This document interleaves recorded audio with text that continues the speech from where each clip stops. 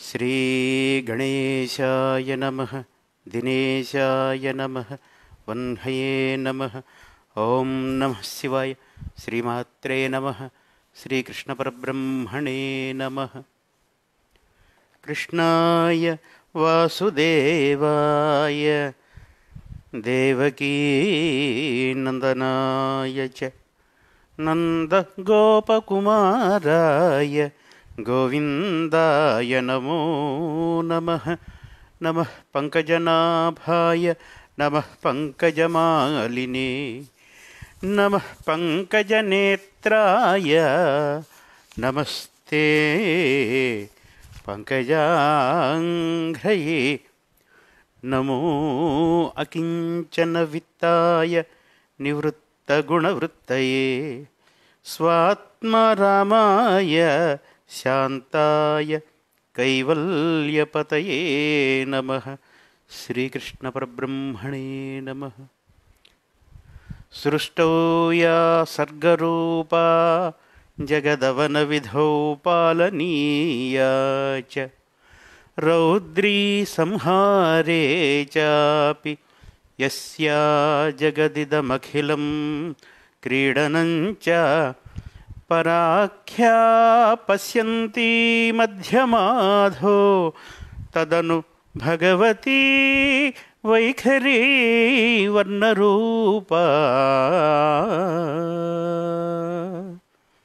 सास्मद्वाचं प्रसन्ना विधिहरिगिरिशाराधिता अलं करोतु। श्रीमात्रे नमः। श्रुतिस्मृतिपुराणानाम् आलयं करुणालयं नमामि भगवत्पादशङ्करं लोकशङ्करं। జగద్గురువు ఆదిశంకరుల జీవిత చరిత్ర శంకర విజయం 10వ నాటి కార్యక్రమానికి మిత్రులకు ఆహ్వానం. నిలువెల్లా తన శరీరం దహించుకుపోతుంటే ఆ క్షణంలో ఆదిశంకరుల వారికి తను బాలకుని వలె అజ్ఞాని అయి పరిభ్రమించిన సంగతి, ఏమరిపాటుతో తనను తాను తాత్కాలికంగా కోల్పోయిన సంగతి తెలిసి బాధపడుతూ నృసింహమూర్తి గుర్తుకు వచ్చాడు. ఎలుగెత్తి నృసింహమూర్తిని ప్రార్థించడం మొదలుపెట్టాడు దివ్యమైన లక్ష్మీ నృసింహ కరావలంబ స్తోత్రంలో. శ్రీమత్పయోనిధినికేతన చక్రపాణే భోగీంద్రభోగమణిరంజిత పుణ్యమూర్తే యోగీశ శాశ్వత శరణ్య భవాబ్ధిపోత లక్ష్మీ నృసింహ మమ దేహి కరావలంబం. శ్రీమత్పయోనిధినికేతన, శ్రీ మహాలక్ష్మితో కలిసి ఉన్నవాడా, శ్రీమంతుడా, శ్రీమత్ పయోనిధినికేతన, పాల సముద్రంలో నివాస స్థానంగా ఉన్నవాడా, పాల సముద్రంలో నివసించి ఉన్నవాడా, చక్రాయుధుడా, భోగీంద్ర భోగము, ఫణము యొక్క ఫణి అంటే సర్పము యొక్క పడగ అంటే ఆదిశేషుని పడగల మీద ఉన్న మణుల కాంతులు ప్రతిఫలించటం చేత ఇంకా అందముగా మెరిసిపోతున్న శరీరం కలిగిన వాడా, పుణ్యమూర్తి, యోగీశ శాశ్వత, యోగీశ్వరుడా, శాశ్వతుడా, చ్యుతి లేనివాడా, క్షతి లేనివాడా, శరణ్య, శరణు వేడదగినవాడా, భవాబ్ధిపోత, భవ సాగరాన్ని దాటించగలిగినవాడా, దాటించేవాడా, లక్ష్మీ నృసింహ మమ దేహి కరావలంబం, నాకు నీ చేయూతనిచ్చి ఈ విపత్తు నుండి నన్ను బయటకు తీసి నన్ను కరుణించవయ్యా. బ్రహ్మేంద్ర రుద్రమరుదర్క కిరీటకోటి సంఘట్టితాంఘ్రి కమలామల కాంతికాంత లక్ష్మీల సత్కుచ సరోరుహ రాజహంస లక్ష్మీ నృసింహ మమ దేహి కరావలంబం. బ్రహ్మదేవుడు, ఇంద్రుడు, రుద్రుడు, మరుత్తులు, సప్తమరుత్తులు, అర్కుడు, సూర్యుడు మొదలైన వారు నీకు సాష్టాంగ దండ ప్రణామములు చేస్తున్నప్పుడు వాళ్ళ కిరీటములందలి మణికాంతులు ప్రతిఫలించడం చేత దివ్యంగా ప్రకాశిస్తున్న పాదపద్మములు కలిగినవాడా, బ్రహ్మచేత, రుద్రుడి చేత, ఇంద్రుడి చేత, మరుత్తుల చేత, సూర్యుడి చేత, సమస్త దేవీ దేవతల చేత సాష్టాంగ దండ ప్రణామం చేసి నమస్కరింపబడిన పాదములు కలిగినవాడా, కమల అమల కాంతి కాంత, కమల యొక్క అమలినమైన కాంతి కలిగిన శరీరం కలిగినవాడా, లక్ష్మీదేవి యొక్క కాంతుడా, అమలినమైన కాంతులను వెలయించే లక్ష్మీదేవికి నాథుడైనవాడా, లక్ష్మీలసత్ కుచసరోరుహ రాజహంస, శ్రీ మహాలక్ష్మి యొక్క వక్షస్థలం అనే సరస్సులో క్రీడించే విహరించే రాజహంస వంటివాడా, శ్రీ లక్ష్మీ నృసింహ నాకు నీ చేయూతనిచ్చి నన్ను ఈ విపత్తు నుండి కరుణించి కాపాడు తండ్రి.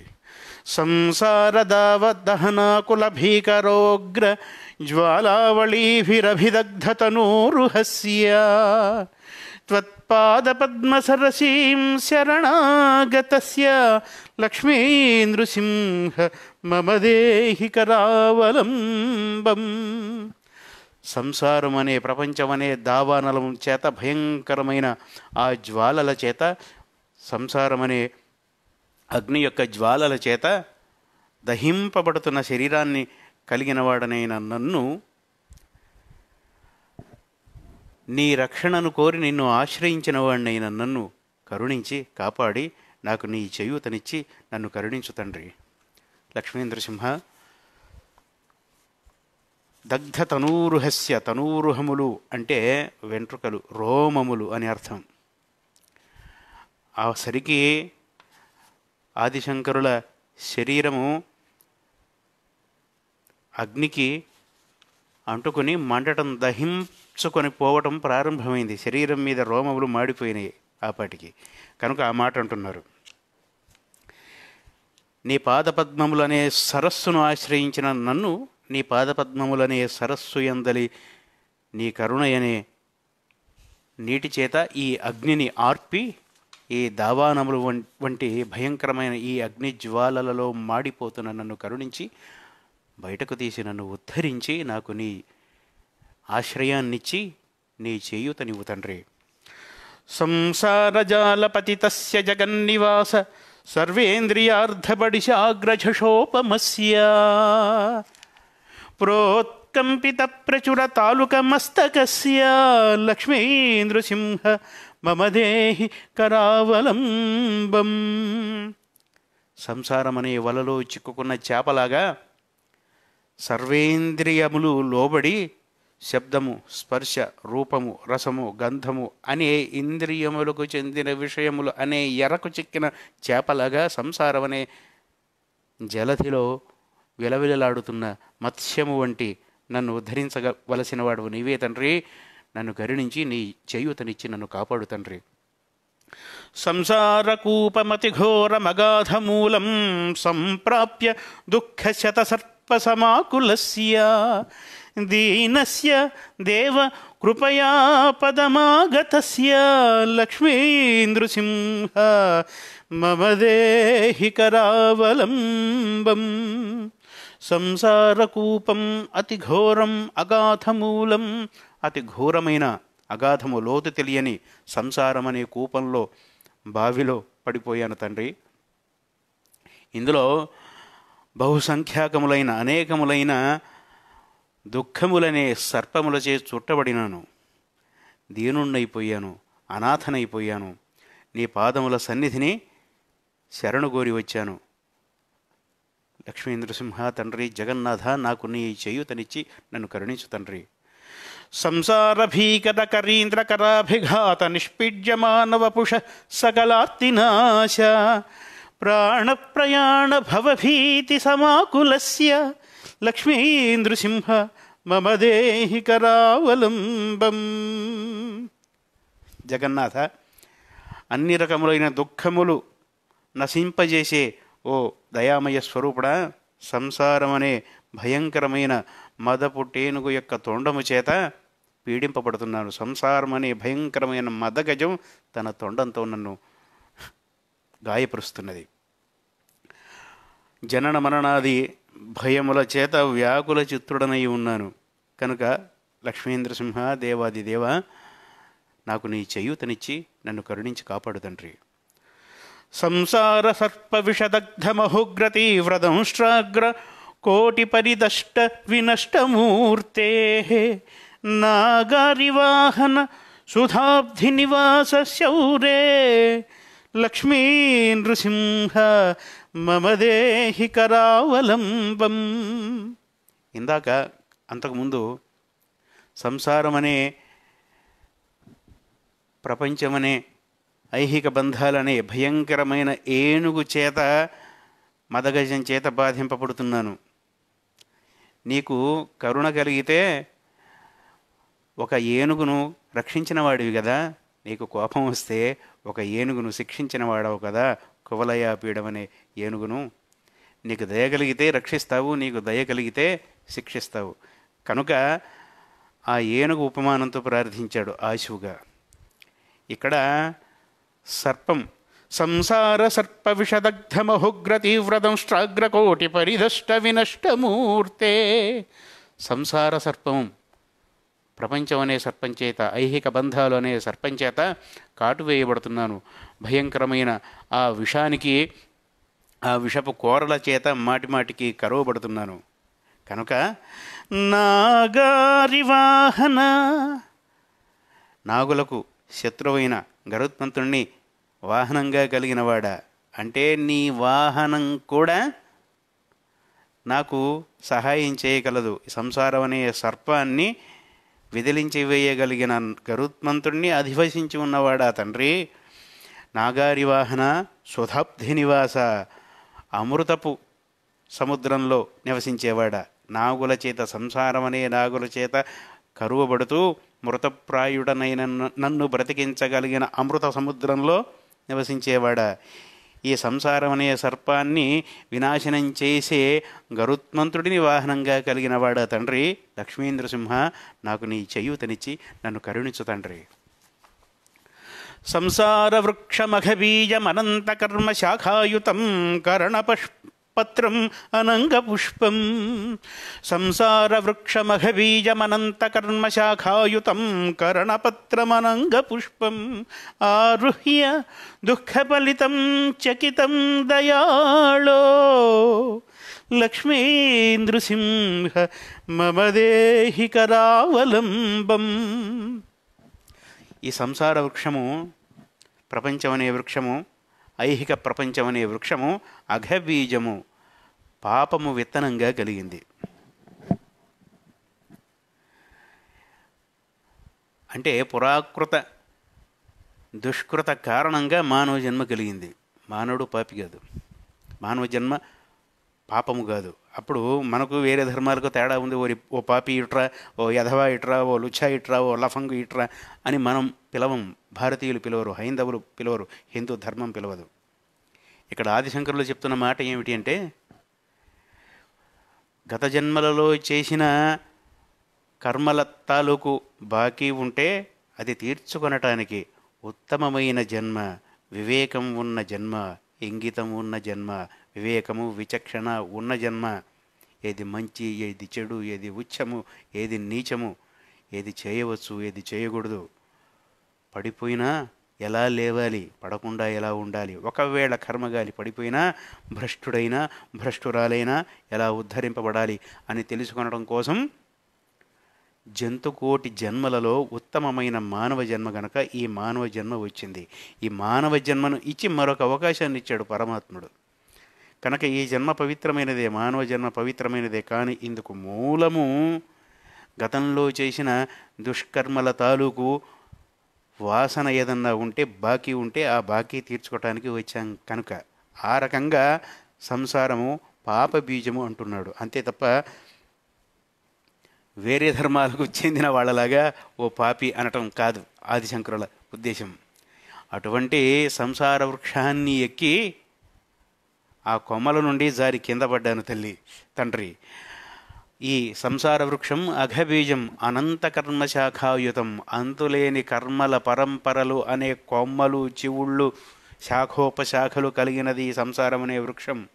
కరణపత్రం, ఇంద్రియములు ఆకులుగా ఉన్నది, మన్మధుడనే పుష్పం ఉన్నది, మన్మథ భావం అనే కామవాంఛలు అనే శృంగార భావాలు అనే కోరికలు అనే వ్యామోహం అనే పుష్పములను కలిగి ఉన్నది ఈ సంసార వృక్షం.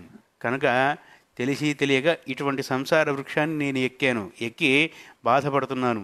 కనుక తండ్రి, ఈ సంసార వృక్షం ఎక్కి పతితుడనైన నన్ను రక్షించటానికి నీవు తప్ప నాకు దిక్కు వేరే ఎవరు లేరు తండ్రి. లక్ష్మీ నృసింహ, నాకు నీ చేయూతనిచ్చి నన్ను కరుణించి రక్షించి ఈ సంసార వృక్షపు బారి నుండి నన్ను కాపాడు తండ్రి.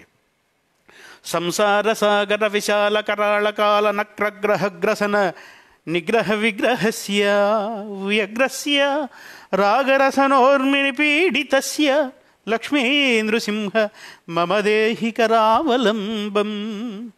సంసార సాగర విశాల కరాళ కాల నక్రగ్రహగ్రసన నిగ్రహ విగ్రహస్య.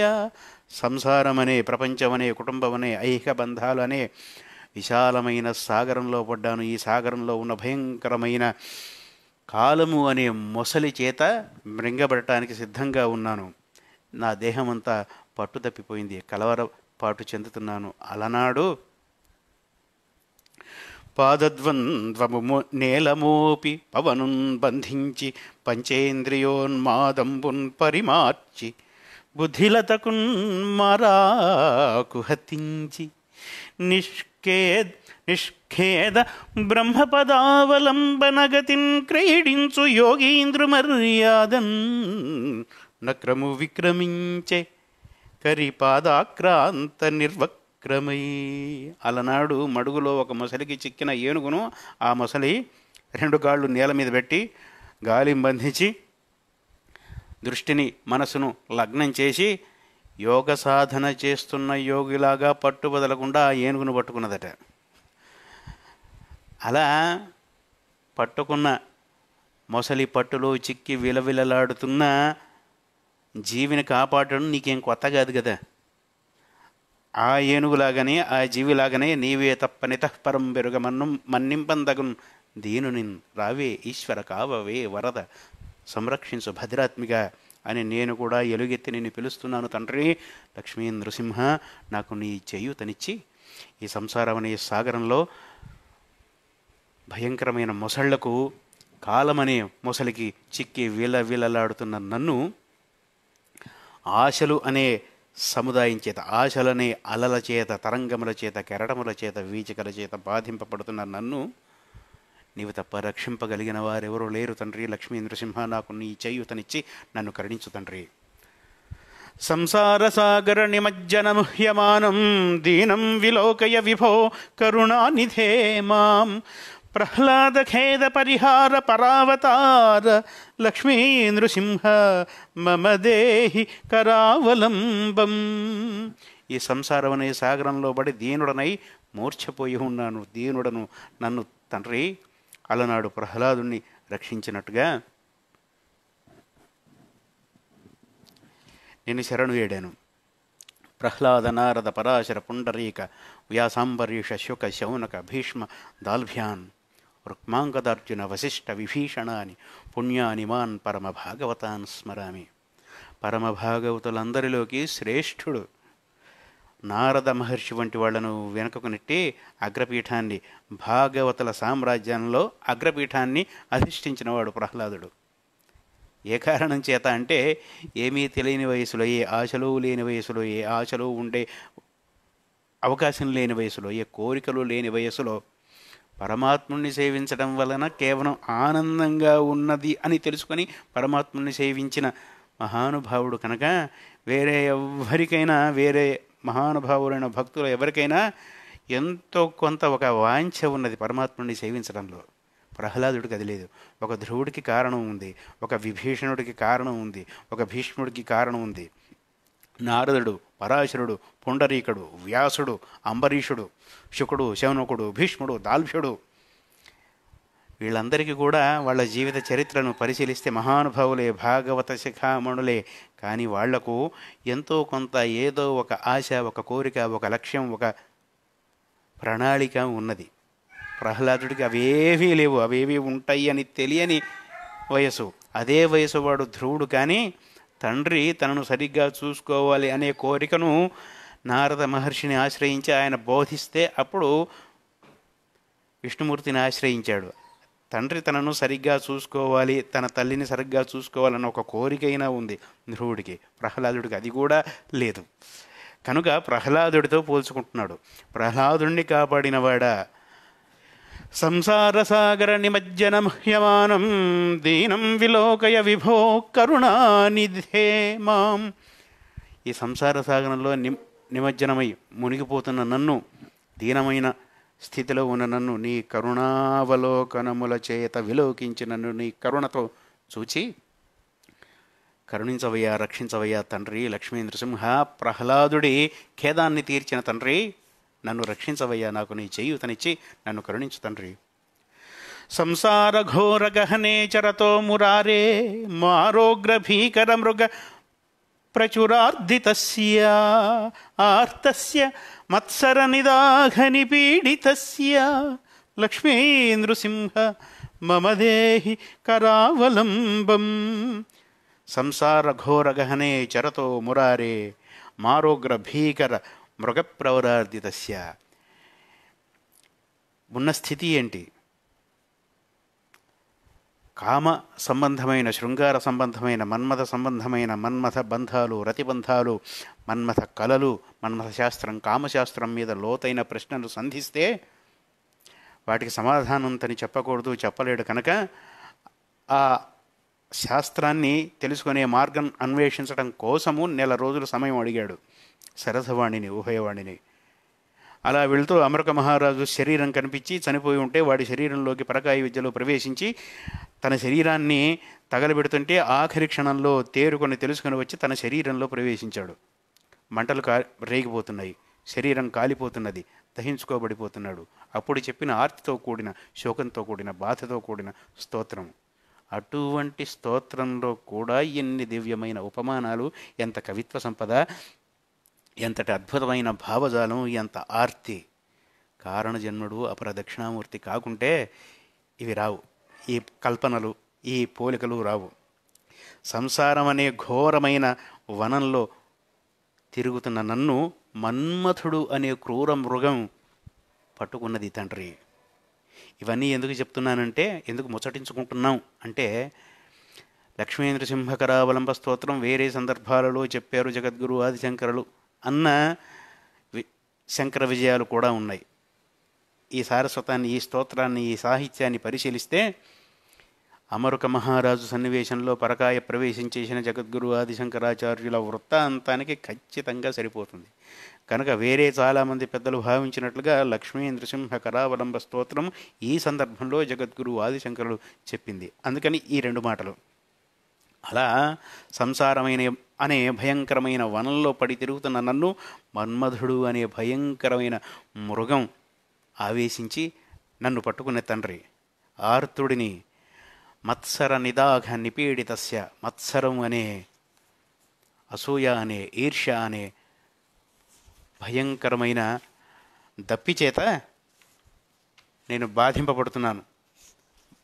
అసూయ అనే వేసవిలో కలుగుతున్న దాహం చేత బాధపడుతున్నటువంటి నన్ను, సంసారం అనే వనంలో మన్మధుడనే క్రూర మృగానికి చిక్కి విలవిలలాడుతున్న నన్ను నీ చేయూతనిచ్చి ఉద్ధరించి నన్ను కరుణించు తండ్రి. బధ్వాగలే యమభటా బహుతర్జయంతః. ఎంత విచిత్రం చూడండి.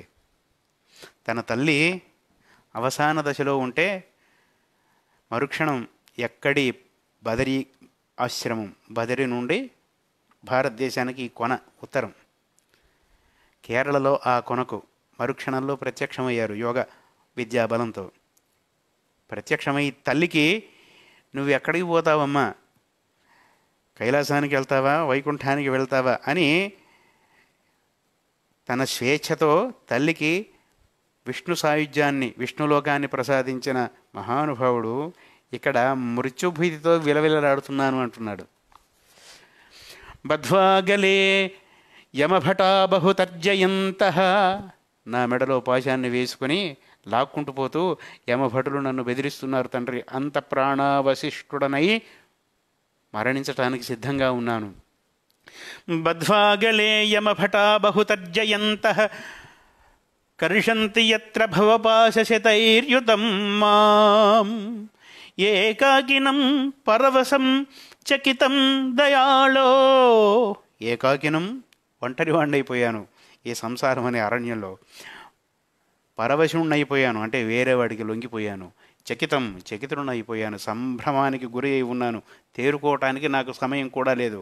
కనుక లక్ష్మీ నృసింహ తండ్రి జగన్నాథ, నాకు నీ చేయూతనిచ్చి నన్ను కాపాడగలిగిన వాడు నీవే కనుక నన్ను కరుణించు తండ్రి.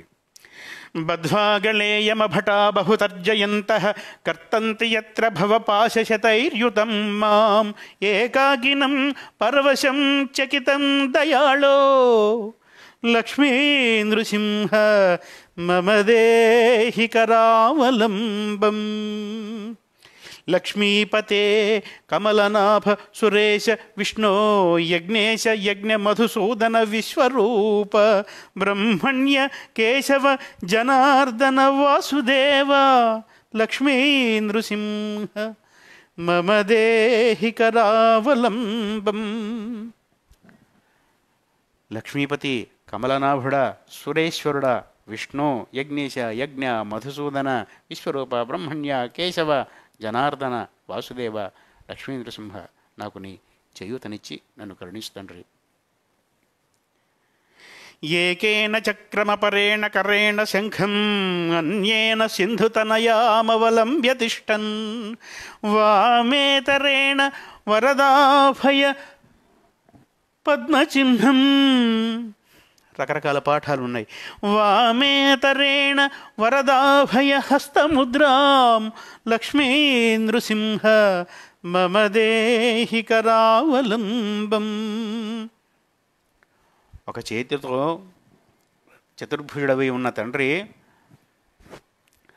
వరముద్రను అభయముద్రను ఇచ్చే రెండు చేతులు, శంఖాన్ని చక్రాన్ని ధరించిన రెండు చేతులు, శ్రీ మహాలక్ష్మిని నీ ఎడమ తొడ మీద కూర్చుండబెట్టుకొని దివ్యమైన రూపంతో వెలుగొందుతున్న లక్ష్మీ నృసింహ తండ్రి, నాకు నీ చేయూతనిచ్చి నన్ను ఈ సంకట పరిస్థితి నుండి ఉద్ధరించి నన్ను కరుణించి రక్షించు తండ్రి.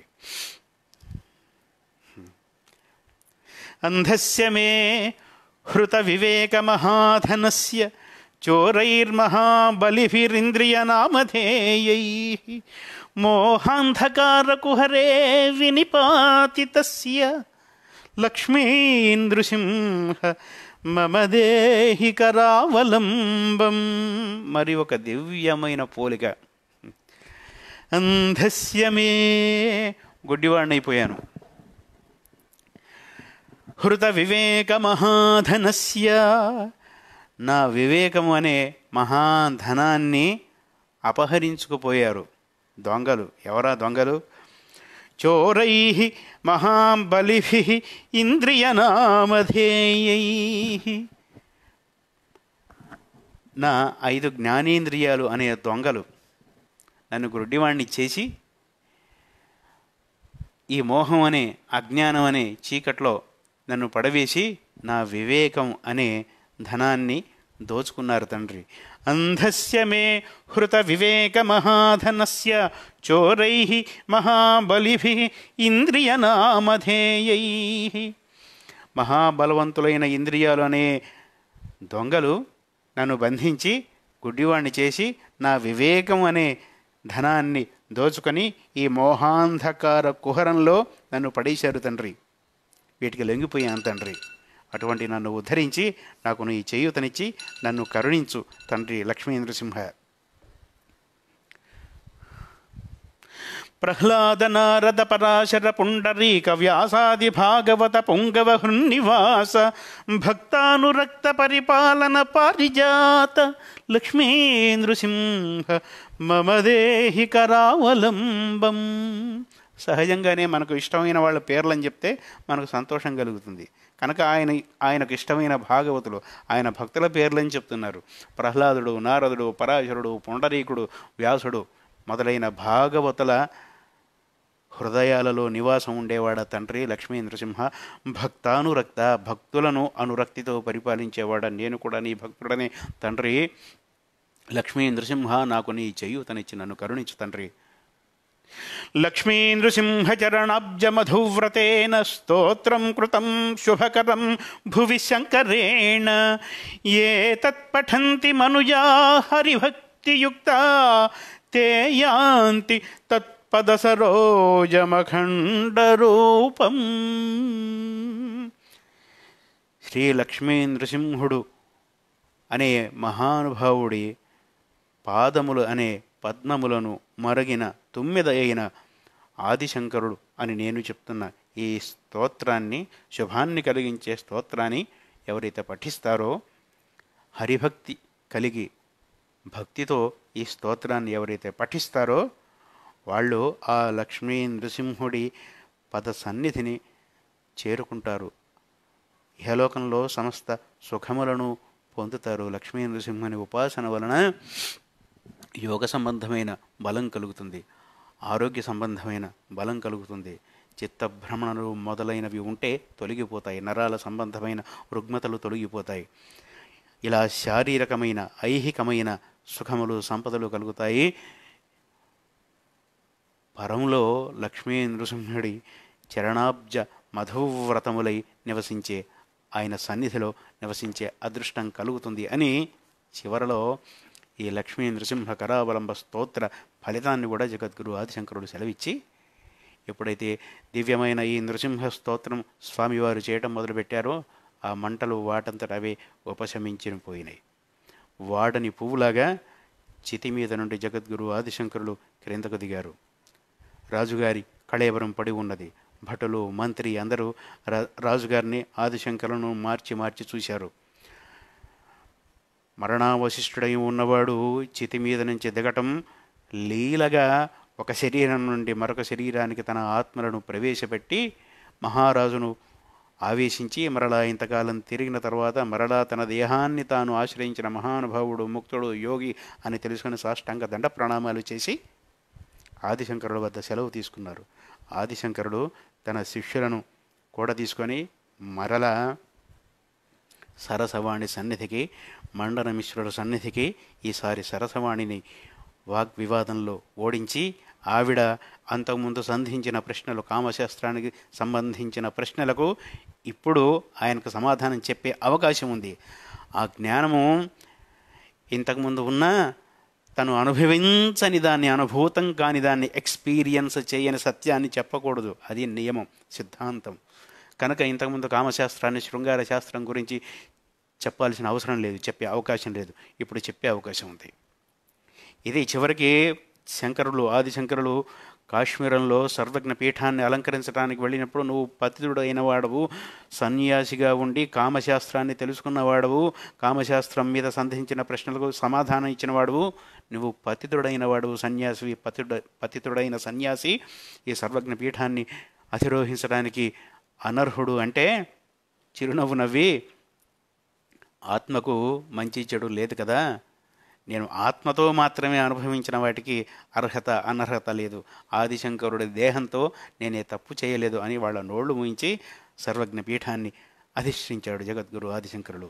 అలా శృంగార శాస్త్రంలో, కామశాస్త్రంలో కూడా ఇప్పుడు జ్ఞానాన్ని ప్రదర్శించే అవకాశాన్ని తీసుకొని సరసవాణితో వాదించి ఆవిడను ఓడించి ఆవిడను ప్రసన్నురాల్ని చేసుకొని, కారణ జన్మురాలు సాక్షాత్ సరస్వతి అవతారం కనుక ఆవిడ ఆశీస్సులు పొందటం కోసం మరల మండన మిశ్రుల ఇంటికి బయలుదేరారు జగద్గురు ఆదిశంకరుడు.